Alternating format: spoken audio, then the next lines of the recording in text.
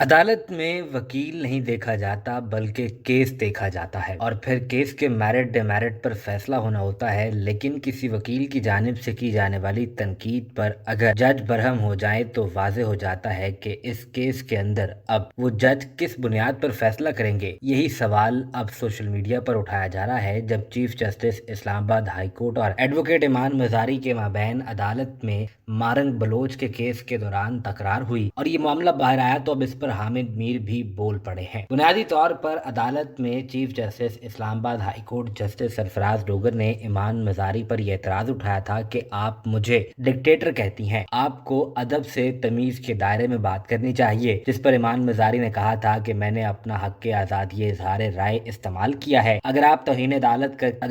عدالت کی کارروائی کرنا چاہتے ہیں تو آپ ضرور کریں۔ ایمان مزاری نے کہا کہ یہ چیف جسٹس اسلام آباد ہائی کورٹ کے لیے ضروری ہے کہ وہ سمجھیں کہ میں ان کی عدالت میں کوئی سرگرم کارکن ایمان مزاری نہیں بلکہ ایک خاتون کی وکیل کے طور پر پیش ہو رہی ہوں جو اپنے موکل کی نمائندگی کر رہی ہے اور اپنے پیشہ ورانہ آداب کے مطابق پیش آتی ہے۔ ایمان مزاری نے کہا کہ ڈاکٹر مارنگ بلوچ کا کیس کسی بھی ذاتی رائے کے حق اظہار کے سلسلے میں وکیل سے جج کی کسی بھی شکایت کی وجہ سے متاثر نہیں ہونا چاہیے۔ ایمان مزاری کی ایگزٹ کنٹرول لسٹ سے نام نکالے جانے کی سماعت اب 16 ستمبر کو مقرر کی گئی ہے۔ اس معاملے پر حامد میر نے کہا کہ اس قسم کے جج صاحبان پورے سسٹم کے لیے نفرت بڑھا رہے ہیں۔ نوجوانوں میں بڑھتے ہوئے غصے اور بے چینی کی وجہ اسی قسم کے طاقتور لوگ ہیں جنہیں اپنی پکڑ پر بڑا ناز ہے، یہ اللہ کی پکڑ سے نہیں ڈرتے اور یہ نیپال سے سبق بھی نہیں سیکھتے۔ ایمان مزاری کے شوہر ہادی علی چٹھا نے بھی اس پر رد عمل دیتے ہوئے کہا کہ عزت اور احترام چیف جسٹس کے آفس کا ہوتا ہے، اس کرسی کا ہوتا ہے، کسی ایک فرد یا کسی ایک شخصیت کا نہیں۔ یہ احترام ہوتا تھا جب کانسٹیٹیوشنل کورٹس آئین اور قانون کے رکھوالے ہوتے تھے، شخصی آزادی کے لیے، بنیادی حقوق کے تحفظ کے لیے فیصلے دیے جاتے تھے، جج نہیں بولتے تھے بلکہ ان کے فیصلے خود بولتے تھے۔